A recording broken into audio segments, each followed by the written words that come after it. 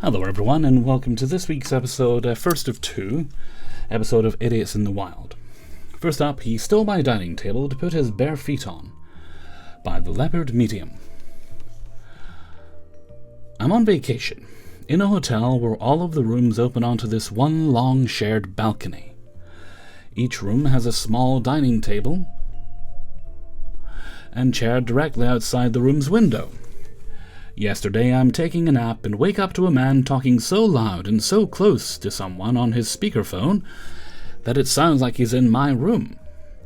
Having shot awake and unable to go back to sleep, I get dressed and walk outside, and this man is sitting at my table directly in front of my hotel window, about 4 feet from where my bed is.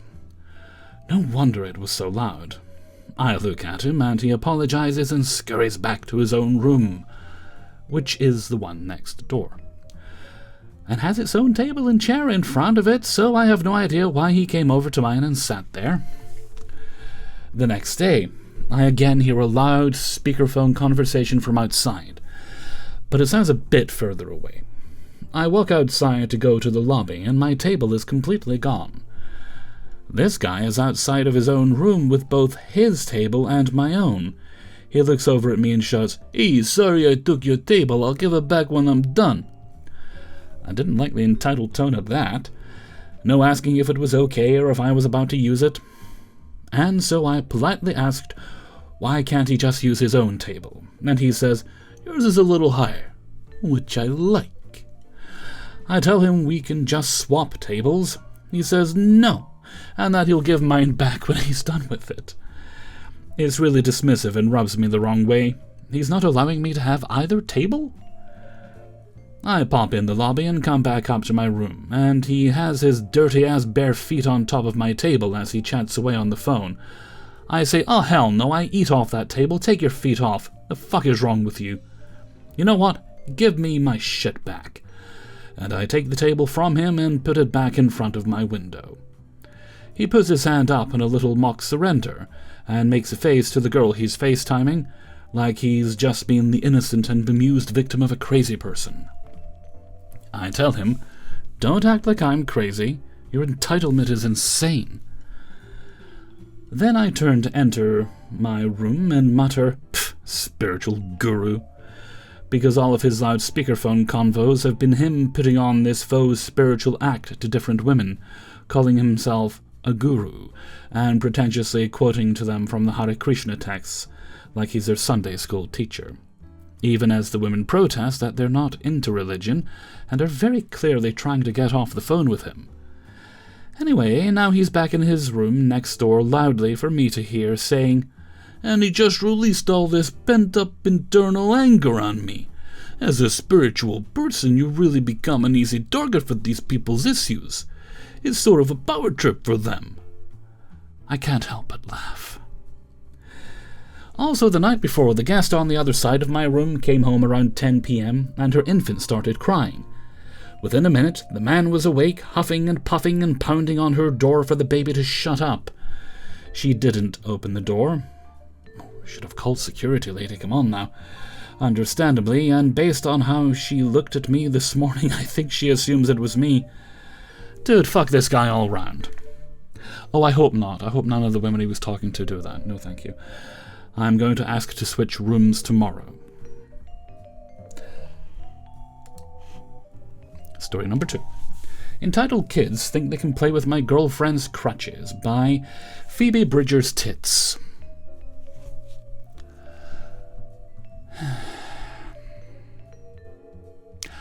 Sorry, I was just thinking about the new album that's coming out soon. Last night, my girlfriend and I went out to eat at a popular dive bar. This bar is popular for both its amazing fried chicken and their thriving raccoon population. Because my girlfriend recently shattered her foot, she hasn't been able to get out much, and I thought this would be the perfect date to cheer her up. One side of the establishment has enormous bay windows through which you can watch the raccoons enjoy table scraps as you eat. As this is a dive bar, there are no reservations. You can't choose where you sit. Thus, sitting next to the window is highly coveted. In all the years I've been going there, I've had the privilege of sitting up next to the window maybe twice. You can usually expect some people to peer over your shoulder or snap a quick photo of the raccoons while you're eating, but most people are respectful about it. Most. Last night, the bar was overrun with children. It's also late summer, which means the baby raccoons are out in full swing. The two of us were seated right next to the window, with my back parallel to the window and hers facing the corner. At first, we had a great time, cooing at the little raccoons tearing into their early evening snacks. Then the children came. Our table was flanked by 3 families, all with children under the age of 10. The first few times a kid got all up in my space, I cut their parents some slack. Children get excited by baby animals, and they're still learning boundaries. Tonight would be a good time to learn. Their parents just want a peaceful night out, etc. Thankfully, 2 of the families corrected their kids and steered them away from our space. The largest family of the bunch, however, did not, because they have no self-control. That's why they got such a big family. I shit you not, before we even got our food, these kids started banging on the window with their fists. That's not even how windows work. The kind of banging that would scare fish at an aquarium, right next to my ear. Naturally. I'm thinking that a kid big enough to be in 3rd grade should know better, and his little brother should too. But they pay me no mind. It's like I'm an NPC, vaguely in their way while they embark on their quest to frighten as many unassuming animals as possible. The parents are watching, disinterested, but they don't intervene. My girlfriend, being the sweetheart that she is, sees my uncomfortable face and asks if I want to switch spots. She reasons she is more comfortable with kids being in her space than I am. Once the last kid has returned to his table, we switch places. To everyone watching us switch, it's obvious she's in a cast. I make sure to put her crutches on her side of the table. I think to myself, surely they won't get all up in her space, and that would risk knocking over her crutches. Surely their parents wouldn't allow it.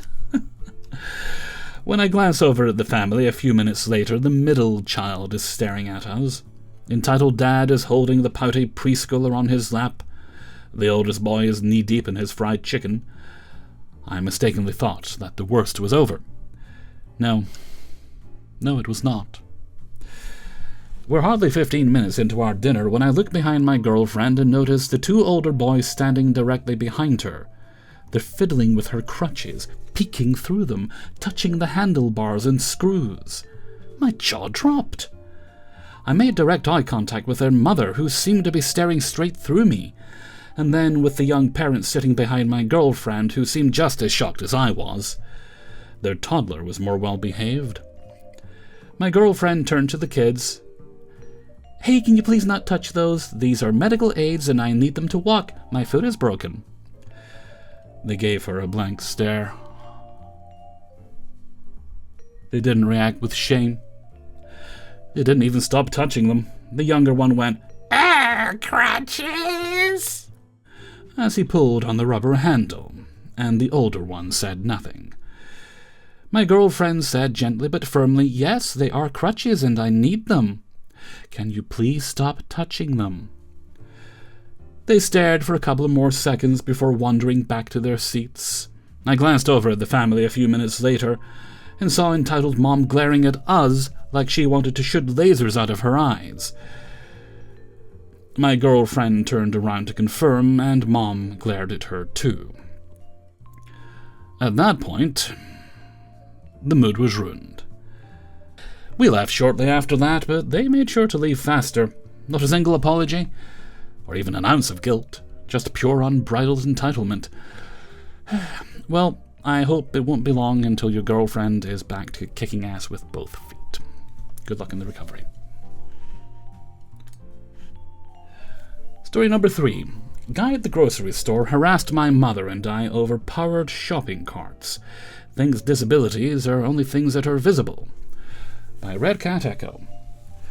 So, since I had the displeasure of encountering one of these crazy entitled people firsthand, and I can think clearly now since I'm no longer in a lot of pain after having my wisdom teeth removed, I guess I'll drop it here. This happened about a week ago on the 14th.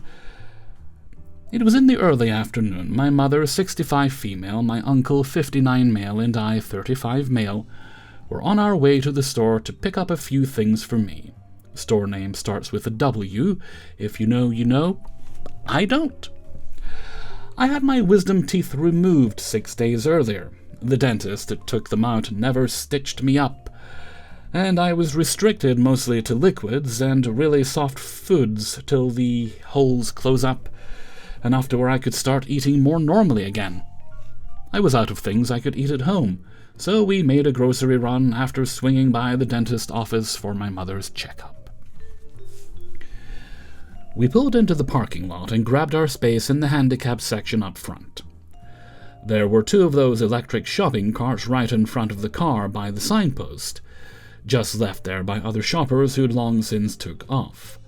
My mother and I got out and we each took one. My uncle stayed in the car to keep the AC going. Just to clarify, in case anyone's wondering, these were not the only carts available. There were others charging nearer the store, and my uncle has health conditions and didn't really feel like going in that day. As we were heading toward the entrance of this store, my mother was far enough ahead that she didn't hear it, but I heard a guy yelling behind us in the parking lot, "Obesity ain't a disability. You lazy fat fucks have no business taking those chairs. You can fucking walk." I turned and looked while we were still going, and there was this angry guy, several parking spaces back. He was older than me, younger than my mother, and he looked kind of like a very scroungy Chumley, just to give you a visual. And he walked with a slight limp. As my mother and I entered the store, I heard him shooting off his mouth again at some random guy in the parking lot about us, having a hissy fit about my mother and I taking the electric carts. I'll bet he didn't even really need one himself. I think he was just being a prick. Now, for some context, yes, my mother and I are both obese. But we're also legally declared disabled for different reasons, and we have a handicap placard in our car. My mother used to work at Safeway as a fuel attendant years back, and in 2007, while my mother was at work, she got ran over by an elderly customer that wasn't paying attention and then drove off. I see the elderly have been causing your mother problems for years, which fucked up my mother's hip and lower back. She's also got problems with her knees from years of various falls, along with arthritis setting in multiple places. My mother has had to walk with a cane ever since, and she cannot stand long or walk long distances anymore. She can't walk an entire grocery store, even with her cane, and she needs one of those carts in order to get through her shopping. As for myself, I have severe lymphedema in both my legs, venous stasis, lower back issues caused from falling down a flight of icy stairs years ago, and I also have the starting of arthritis in the lower back. I lose feeling in my legs after standing longer than 15 minutes before they give out and I fall down. Then I can't get up again without help. Plus, I have learning disabilities and chronic mental health issues.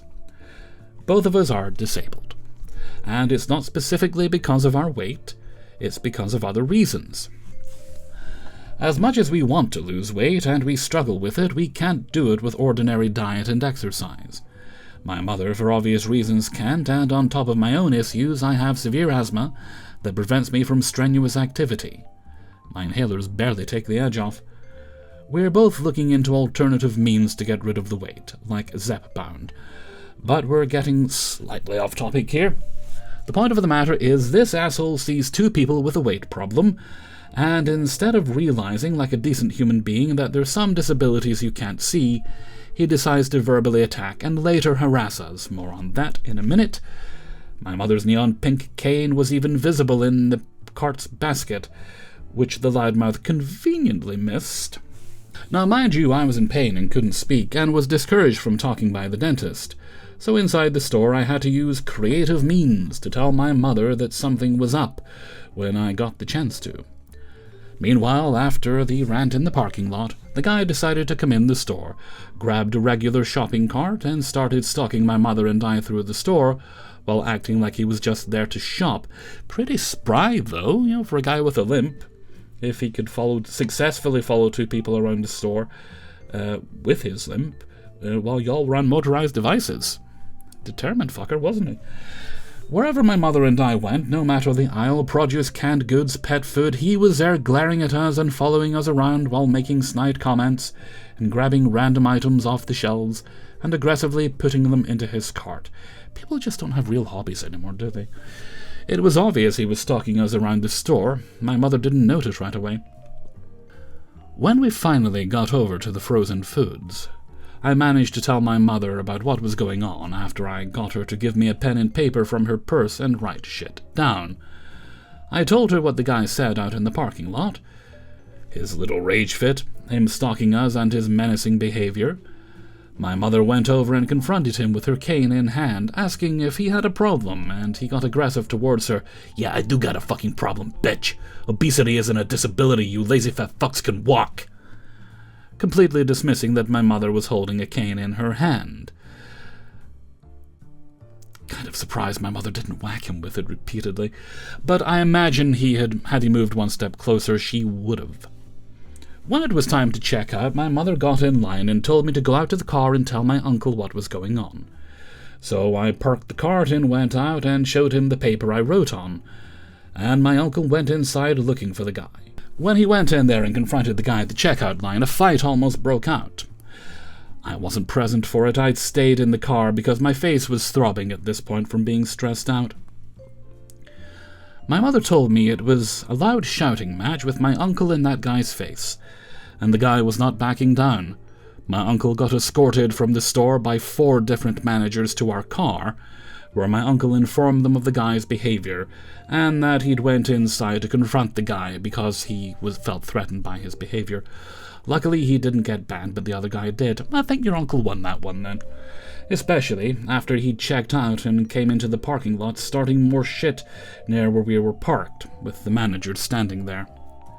Some people just have no couth. Especially the entitled ones.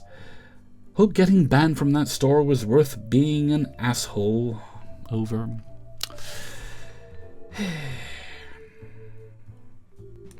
Story number 4. Tonight was a shithole. Literally, by electrical author 389. So I work at Dollar General.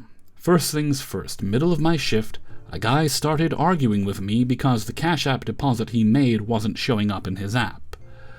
I don't fucking know, I'm not Cash App. I just make your transaction. Call Cash App. I can't do shit about it. And then he made me dig through the trash for his receipt, and I never found it. Our store closes at 10. I started my cashier, closing at 9:30, and never finished. There's a basket full of go-backs left. Never swept the store. We were packed with people until about 9:45. The line was all the way across the queue line. Luckily, my key hadn't counted down her till yet, or I would have been stuck with that line by myself all the way until closing. It's like, go home. Why is everybody doing their shopping at 9:30 at night? This lady was holding up the line because she was asking a question about every deal and if it came off, and didn't even understand that some things weren't on sale. Some other lady left a cart next to her car when I went to go get it. She looked me dead in the eyes and said, "It's too hot. You're younger than me. You get it." I just shook my head and walked away. That's so fucking ignorant. You walked all through the store, you can put it back. The cart drop-off is right there next to your car. Just when I thought it couldn't get worse, it did. That lady who was with this really heavy-set guy, they rode together. He has to be at least 500 pounds, and he's a regular. I have nothing against heavy-set people, but I do when you're an asshole. And he obliterated the fucking bathroom with his. My key told me to check it and see if it needs cleaned because he apparently always does? Oh, that's got to be a ban, come on. I just never ran into it in my shift. The second I opened the door, I started gagging. I'm not kidding.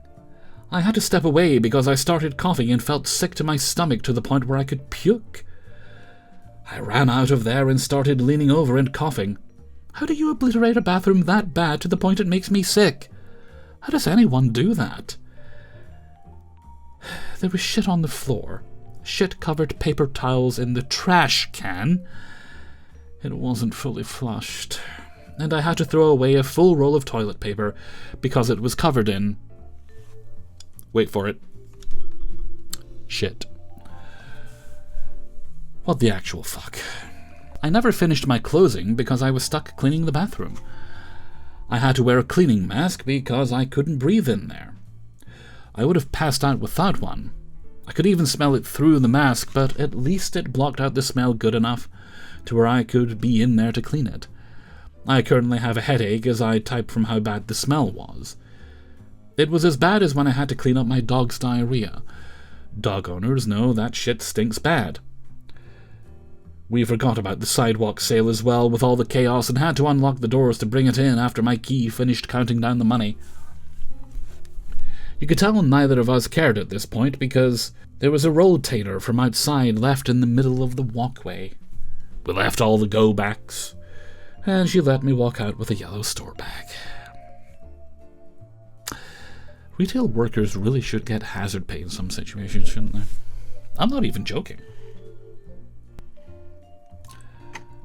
Alright, fifth and final story. This one comes from Dragon Crystal. Political drama during movie credits. There will be mention of Farty Boy Trump, so, you know, heads up. So, I usually don't like getting involved in politics, but I happen to be ushering cleaning crews for those who might not understand theater positions, and the movie Young Washington, I believe, just ended credits and were scrolling on the screen, etc. But the overhead lights hadn't turned on yet. There were 4 customers still in the 2 rooms, 2 women in the third from the top row and a couple at the top row, both elderly. So I start cleaning from the bottom and work my way up, something I learned from my previous theater job to give customers space. After a few minutes, I end up reaching their rows, and one of the ladies, Deborah, decided to pull out her phone and was scrolling through her contact with the screen lit up brightly. I was slightly taken aback by the sudden brightness because I was directly behind her, and the guy, John, bloody John's causing trouble everywhere, must have noticed before saying loudly, "Hey, no phones while the movie's playing." Before I could say a word, Deborah started saying, "The movie is over and only the credits are rolling." I don't know why she's Southern, but fuck it. "You must be a Trump supporter." I was just frozen to a stop because I hate getting involved in arguments, much less between strangers, and if it did escalate, I'd have no choice but to radio the managers to break it up. Luckily, it didn't escalate, and the couple just walked past the women's row and out of the auditorium, but not without John saying, "It's disrespectful to have your phone out while the movie's playing." Again, Deborah responding with, "The movie already ended and the credit is just playing. Oh my God, you're clearly a Trump voter." Disrespectful Trump voter. John's, I'm assuming, wife dragged them away, and Deborah's friend quieted her down while they remained seated until the lights came on. By then I had finished cleaning John's row and was just patiently and silently waiting for Deborah, along with her friend, to leave so I could finish cleaning. Luckily, I had a gap for a good few minutes. But after a minute, Deborah and her friend got up to leave. I quickly swept the row and could still hear Deborah grumbling about, "Who's that guy think he is? He's gotta be a Trump supporter." I just pray never to have to deal with that again. I mean, it just goes to show you, it doesn't matter what side of the political spectrum you happen to be on, there's absolute morons everywhere, aren't there? I say this as someone who probably leans more left than the average, but that woman is an idiot. John was also an idiot, which is, I'm speaking on behalf of my people here. Bloody Johns. And that brings us to the end of today's video. Big thanks to everyone who allowed me to use their stories. If you'd like to support this channel, you can sign up for my Patreon page, which is linked in the description. $1 or more a month, whatever you're comfortable with, will get you early access to all the videos at once on Monday. If you don't want that, you get them day by day throughout the week. There's also a link to my merchandise store, which is over on Teespring. Things seem okay there for now, so we're going to keep it there for the moment. My Discord server, my Threads account, if you're interested in those. And my email is kingofthecities@gmail.com if you need to contact me. That's everything for now. So until next time, thank you very much for watching, and take very good care of yourselves. Bye-bye. Hopefully this video was in focus. It's got a screen right there, but it's so far away I can't always tell. Second time recording it. Oh, you're still here. You should probably go to bed. It's getting late. Or shouldn't you go to work? It's early. I don't know what time it is you're watching this. Bye.